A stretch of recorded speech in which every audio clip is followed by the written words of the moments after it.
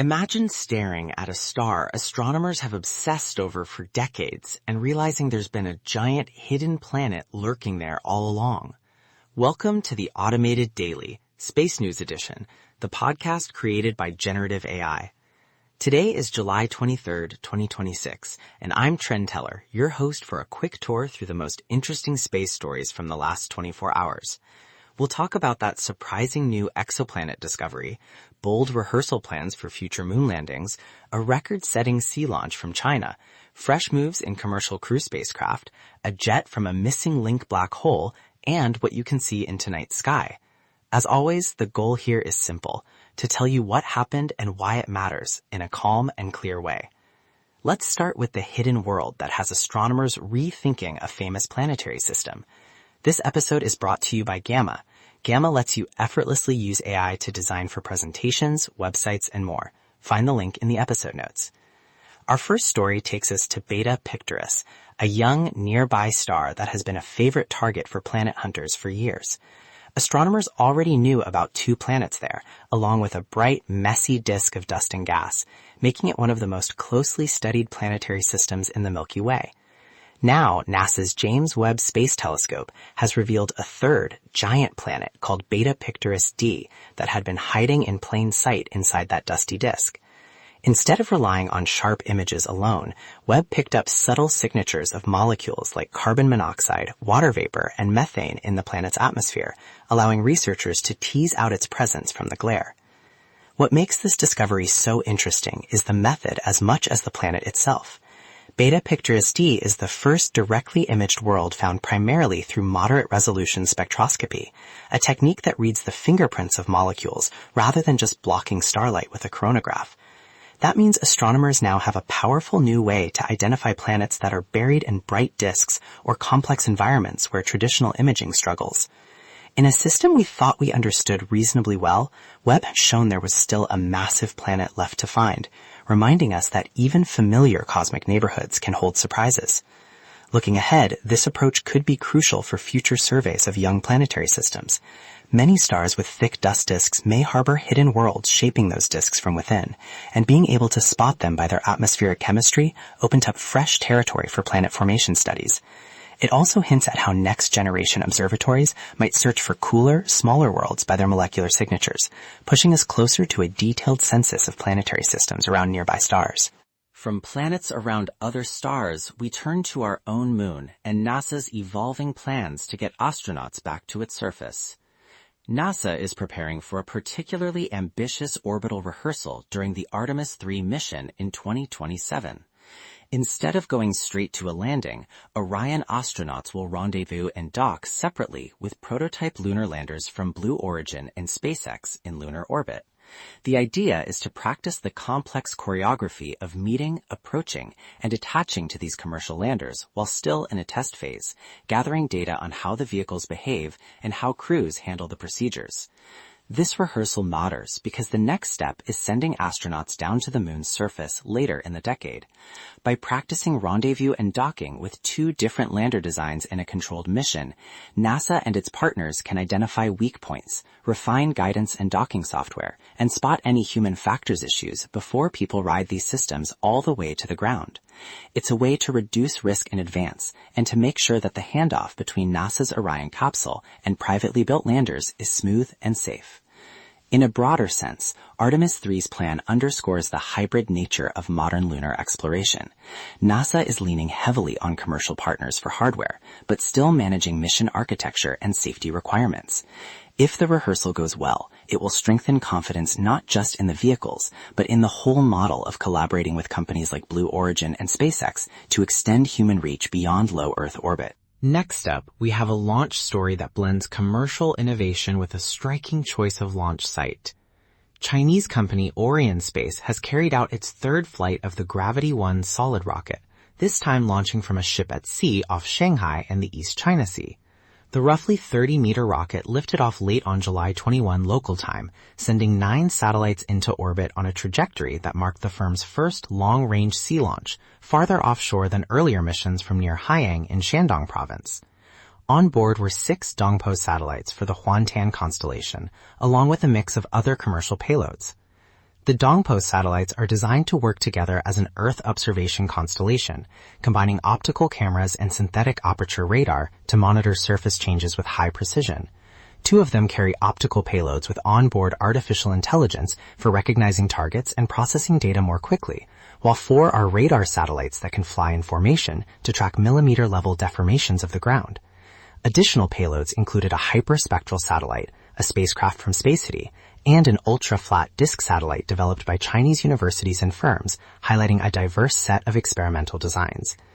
Sea-based launch offers several advantages that make this flight noteworthy. Launching from a ship gives operators flexibility in choosing exact locations and azimuths, which can help avoid populated areas, reach certain orbits more efficiently, and simplify range safety. It also signals growing confidence among Chinese commercial launch providers who are experimenting with new platforms rather than relying solely on traditional coastal spaceports. Paired with other recent Chinese missions that have deployed flat-panel communication satellites and possible intelligence spacecraft, this Gravity 1 launch is another step in China's rapid expansion of both commercial and quasi-military space infrastructure. Now we move from rockets to crew spacecraft in the careful process of qualifying a new vehicle for human flight. NASA has approved Boeing's CST-100 Starliner for a second uncrewed orbital flight test, known as OFT-2, following a detailed flight readiness review. The mission is scheduled to launch on a United Launch Alliance Atlas V rocket, with a target date of July 30, and a backup window in early August if needed. Once in orbit, Starliner will attempt to rendezvous and dock with the International Space Station about a day after launch, stay berthed for several days, and then return to Earth for a landing at White Sands Space Harbor in New Mexico. This flight is crucial because the first uncrewed test in 2019 suffered a number of software and operational issues, preventing the spacecraft from reaching the station as planned. Since then, Boeing and NASA have been working to correct those problems, refine procedures, and upgrade systems in preparation for another attempt. The goal of OFT-2 is to demonstrate that Starliner can safely perform all the key steps of a station mission: launch, orbit insertion, rendezvous, docking, undocking, and landing without a crew on board. If OFT-2 succeeds, NASA and Boeing can move ahead to the crew flight test, the first mission to carry astronauts inside Starliner to the ISS. That would give NASA a second operational commercial crew vehicle alongside SpaceX's Crew Dragon, adding redundancy to human access to low Earth orbit. From a program perspective, having 2 different capsule designs cleared for regular use reduces risk, provides backup capacity if one is grounded, and strengthens the overall resilience of ISS operations. We shift gears now to a more exotic event, a black hole tearing a star apart and lighting up the sky.